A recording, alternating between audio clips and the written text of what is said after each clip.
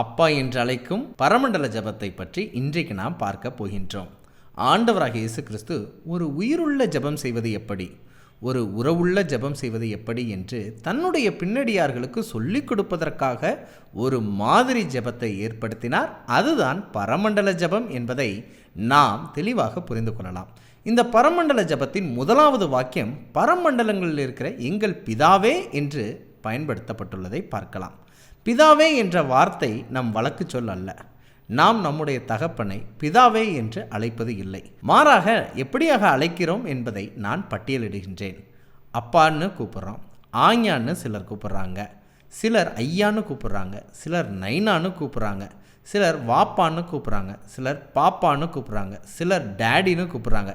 இப்படி பலரும் தன்னுடைய தகப்பனை தன்னுடைய இதயத்தில் இருந்து பல வார்த்தைகளினால் கூப்பிட்றாங்க. எந்த வார்த்தையினால் உங்கள் இதயத்திலிருந்து அழைக்கிறீர்களோ அந்த வார்த்தையை பரமண்டலங்களில் இருக்கிற எங்கள் அப்பாவே, எங்கள் நைனா, எங்கள் டேடி, எங்கள் ஐயான்னு மனசார நாம் கூப்பிடலாங்கிறத இதிலிருந்து நாம் புரிந்து கொள்ளலாம். ஆண்டவருக்கு வேதத்தில் பல நாமங்கள் இருக்குது.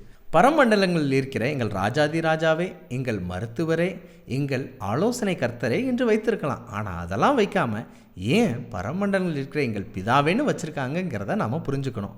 ஒரு ராஜாட்ட தேவைப்படும் போது தான் போவோம், ஒரு மருத்துவர்கிட்ட தேவைப்படும் போது தான் போவோம், ஒரு ஆலோசனை தேவையான இடத்தில் தான் ஆலோசனைக்காரர்கிட்ட நம்ம போவோம். தேவைப்படும் போது மட்டும் போவதற்கு நம்மை விட்டு அவர் தூரமானவர் அல்ல.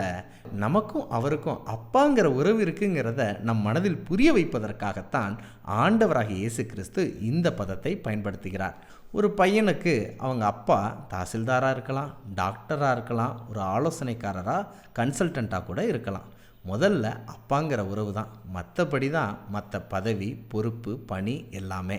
எவன் ஒருவன் பரலோகத்தின் தேவனை அப்பாவாக பார்க்குறானோ அவன் என்ன செய்வானா, மற்றவரை தன்னுடைய சகோதரனாகவும் சகோதரியாகவும் உறவாகவும் இனபந்துக்களாகவும் பார்க்க ஆரம்பிப்பான். அவனுக்குள்ள நிறத்தின் அடிப்படையிலோ, திறமையின் அடிப்படையிலோ, ஜாதியின் அடிப்படையிலோ, வேறு எவ்வித அடிப்படையிலோ வேறுபாடு பார்க்க மாட்டான். நீங்கள் மனசார பரமண்டலங்களில் இருக்கிற எங்கள் அப்பாவேன்னு அவரை ஏற்றுக்கிறீங்களா? அப்படின்னா நீங்களும் மற்றவரை வேறுபாடோடு பார்க்க மாட்டேங்கிறதையும் புரிஞ்சுக்கலாம்.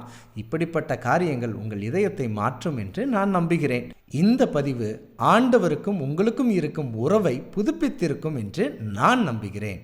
மீண்டும் ஒரு பதிவில் இணைகிறேன். இப்படிப்பட்ட வேதாகம ஆச்சரியங்களை தெரிந்து கொள்ள எங்களுடைய சேனலை சப்ஸ்கிரைப் பண்ணுங்க.